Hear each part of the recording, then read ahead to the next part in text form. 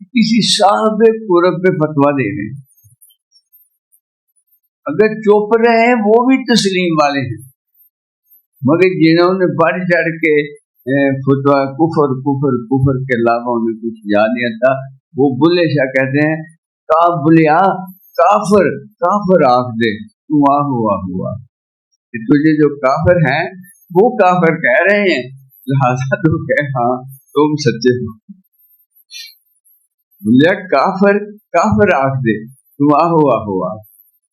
کتنا ادھر صبر ہے ادھر بے صبری ہے۔ اللہ جس کو تو نے کلمہ نصیب کیا ہے اسے اوصاف حمیدہ بھی نصیب کر دے کہ کلمے کی شان میں توہین ہوتی ہے کہ وہ بے خبری میں رہے، کلمہ کو بے خبری میں اگر رہے تو پھر کلمے کی وہ پاسداری نہیں ہوتی جو ہونی چاہیے۔ اللہ نے تو کرم کیا کہ اپنوں میں شامل کیا، اب وہ شامل ہو کے بھی دوری میں رہنا سچی بات ہے، آگے جا کے آئے گا علم کتنا ضروری ہے، مگر علم وہ جو ہے وصف الہی سے جڑا ہوا ہو تو یعنی پڑھانے والا اللہ سے جڑا ہوا ہو تو اس سے علم پڑھے۔ اے ابن آدم علم تو وہ ہے جس کے ذریعے تو مجھے پہچانے، تو پہچانے والا پڑھائے گا تو اس کا علم پہنچائے گا۔ کتنا بودھ ہے، کتنا فرق ہے نا۔ میں اپنی دو چار عالم بیٹھے تھے، میں اپنی ایک واردات بتا دی، ان کے منہ بند برداشت سے چپ کر گیا، تو بے خبر آ کے کیوں خبر دی کر، بے خبروں کے آگے خبر کی بات کرنا جرم بن گئی۔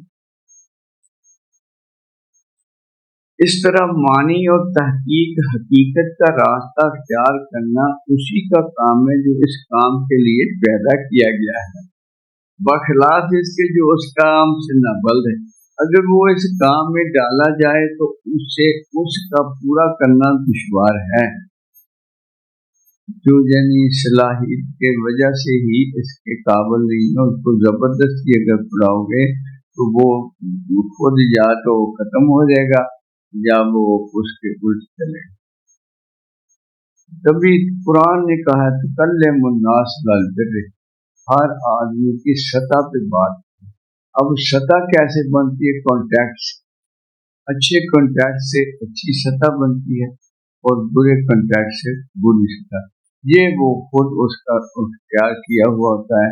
لہذا آپ ایک بالکل گم کردہ راہ کو وہ بات کر دیں تو وہ بہ کے نہیں، درجہ بدرجہ اس کو لانا پڑے گا اگر توفیق الہی شامل حال ہوئی تو۔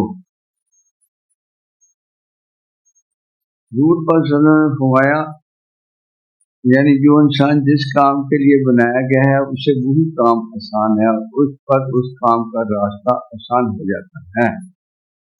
لیکن حجاب دو قسم کا ہوتا ہے، ایک حجاب رینی، یہ وہ حجاب ہے جس سے اللہ سے پناہ مانگتے ہیں کہ یا اللہ میرا حجاب رینی نہ ہو، یہ ہے پتھر پہ لکیر، یعنی یہ ہٹتا ہی نہیں۔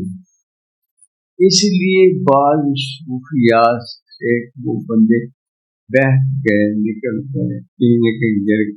صحابہ میں ہو کے بھی کوئی آقا پاک کو کہے کہ اے اللہ کے نبی اللہ سے ڈر، تو وہ حجاب رینی میں تھا، ہے نا۔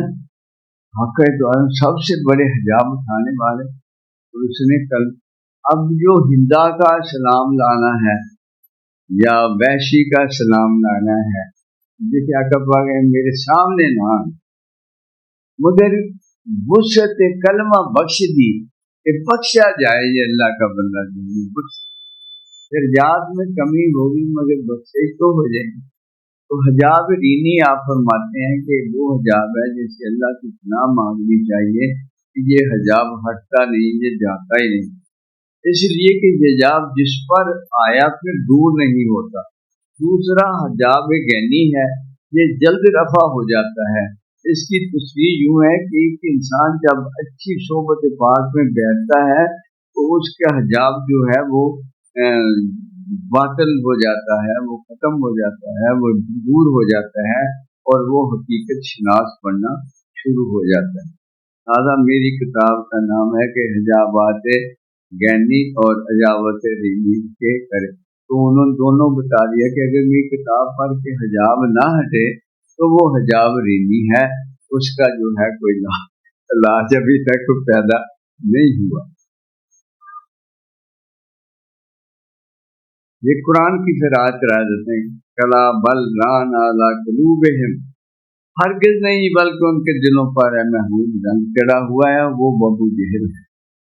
اس کو پڑھانے والا اللہ کا سب سے بڑا محبوب ہو اور ابو لہب و ابو جہل کے کیا تھا نا ولید اتبا، اگر نہیں پڑھنے حجاب رینی کا شکار ہے۔ کیا جواب دے دیا ساری جگہ، اگر جی اس کے پاس میں ہوتا تو طاقت ہوتی تو ابو جہل کو نہ، یعنی کیا بدبختی کی بات ہے کہ ایک بندہ اپنے دانت شہید کروا رہا ہے، اس راہ حق پہ اتنی محنت کر رہا ہے، ابو جہل کا گھر طوفان میں دروازہ کٹکھٹاتا ہے، مگر اللہ تو اللہ ہی ہے، کیا اس کا یہ کردار جو ہے اس کو تم دو فکروں میں مجروح کر دو؟ جب اللہ پاک ہے محبوب تیرے پہ کوئی بوجھ نہیں، نہ کریں یہ تو نے پیغام میرا پہنچا دیا، وہ درود پڑے ہر وقت، اور یہ بدبخت تو آپ کا نقص نکالے۔ آپ نقص سے پاک ہیں کہ آپ کوئی نقص والی بات نہیں کرتے، صحیح نا؟ ہمیشہ چاہا کہ یہ بھی بخشا جائے، یہ بھی بخشا جائے، یہ بھی بخشا، ذات کو ذرا بھی پرواہ نہیں۔ وہ جو 2-3 بندوں کو قتل کروایا تھا نا، وہ اللہ کی مرضی، نبی اللہ کی مرضی کے بغیر نہیں کرتے۔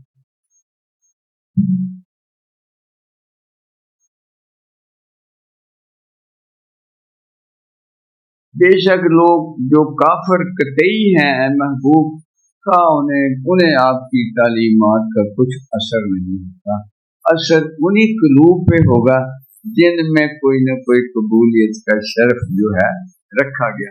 یہاں یہ جو پرویزی فرقہ ہے یہ کہتے ہیں پھر اس کا کیا قصور ہے، اللہ نے رکھا ہی نہیں۔ علامہ اقبال اس کا جواب دیتے ہیں کہ اس کو کیسے پتا ہے کہ اس کا نہیں رکھا، سمجھائی نہیں؟ وہ کہتے ہیں اگر اس کے لیے ہدایت لکھی نہیں تو ہدایت کیسے؟ کہتے کس کو پتا ہے کہ میرے لیے ہدایت نہیں لکھی؟ وہ تو کوشش کرے، تقدیر کے پابند ہیں جمادات و نباتات، مومن ہے فقط احکام الہی کا پابند۔ کوئی بندہ اپنی بے عملی کو اللہ کے نام نہ لگا۔ میں نے ایسا دیکھا، روزہ نہیں رکھا، میرا متحد کام کر رہا حال کے ساتھ یوسف، تو نے کہا اللہ کو منظور ہوتا تو میں رکھ دوں، خواہشات نفس اپنی اور نام اللہ کا لگا دوں۔ بڑے اس نے یعنی کہا اللہ کو منظور ہوتا تو میں رکھ لینا، میں کہتے ہیں کتنا پتا بھی اللہ نے نہیں منظور کی ہے نا، اپنے جرم نو اللہ دے نہ لاگ۔ وہ جو آدم علیہ السلام کو اللہ پاک نے کہا ہے آدم تو نے دانا کیوں کھایا؟ یا اللہ پاک غلطی، آدم تو کیسے کہتا ہے غلطی؟ کوئی پتا تو میرے حکم کے بغیر ہلتا نہیں، تو کیسے کھا سکتا؟ کہتے یا اللہ حکمت و بادشاہی تیری، حکومت و بادشاہی تیری ہے، مگر جرم کا ارتکاب میں تیرے نام نہیں کر سکتا۔ تو اللہ پاک نے کہا ہے آدم بات جھوٹی ہے مگر مجھے تیرا جھوٹ بہت پسند ہے، کہ حکم تو میرا ہے، چلتی تو میری ہے، میرے حکم کے بغیر پتہ نہیں ہلتا، تو کیسے دانا کھا سکتا تھا؟